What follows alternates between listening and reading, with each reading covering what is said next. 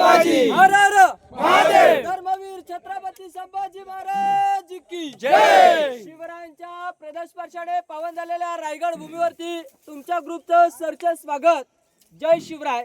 माझ्याला करून देतो. माझं नाव मंगेश राजा उकिरकर. गेले 7 वर्ष मी गडावरती गाईड काम करताय बघा.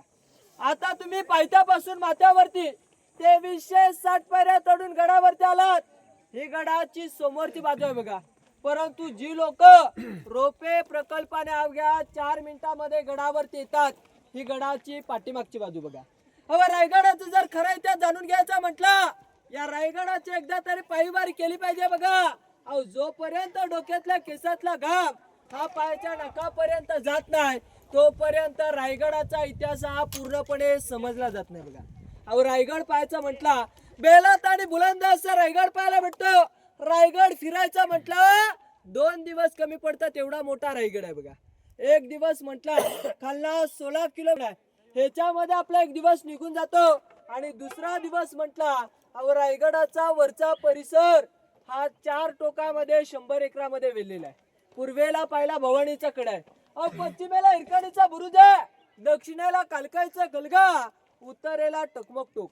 ह्या 4 टोकामध्ये वरचा परिसर हा 100 एकरामध्ये वेढलेला आहे. हा 100 एकराचा परिसर फिरायचा म्हटला एक दिवस, असा पूर्णपणे रायगड फिरण्यासाठी 2 दिवस लागतात. अहो रायगड म्हटला बेलात आणि बुलंद असं रायगड पाहायला भेटतो. या रायगडाला जर पाहिलं तर चारी बाजूने सह्याद्रीच्या पर्वतरांगेने घेरलेला आहे. परंतु यातली जर सह्याद्रीची पर्वतरांग म्हटलं तर कुठली या रायगडास टच किंवा जॉईंट पाहायला मिळत नाही बघा. हा एकमेव असा डोंगर आहे. जसं काय कमलाच्या कलीपासून कमलाचा फुल उगम पावतं, अहो तसं एकापासून हा डोंगर उगम पावलेला आहे. या डोंगराला मूल नाव होतं रायरीचा डोंगर.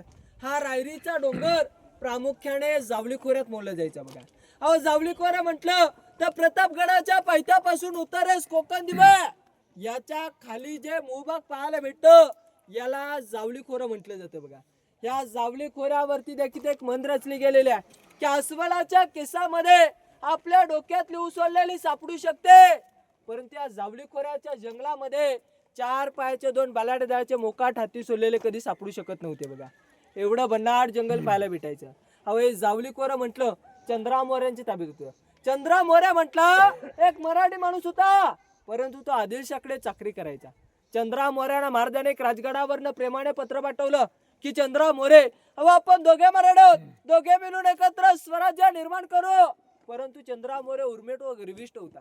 अहो तो महाराजांना उलट पत्र पाठवतो, तुम्ही कसले राजे, अहो केव्हा झाला तुम्ही राजे, खरे राजे तर जावली खोऱ्याचे आम्हीच आहोत.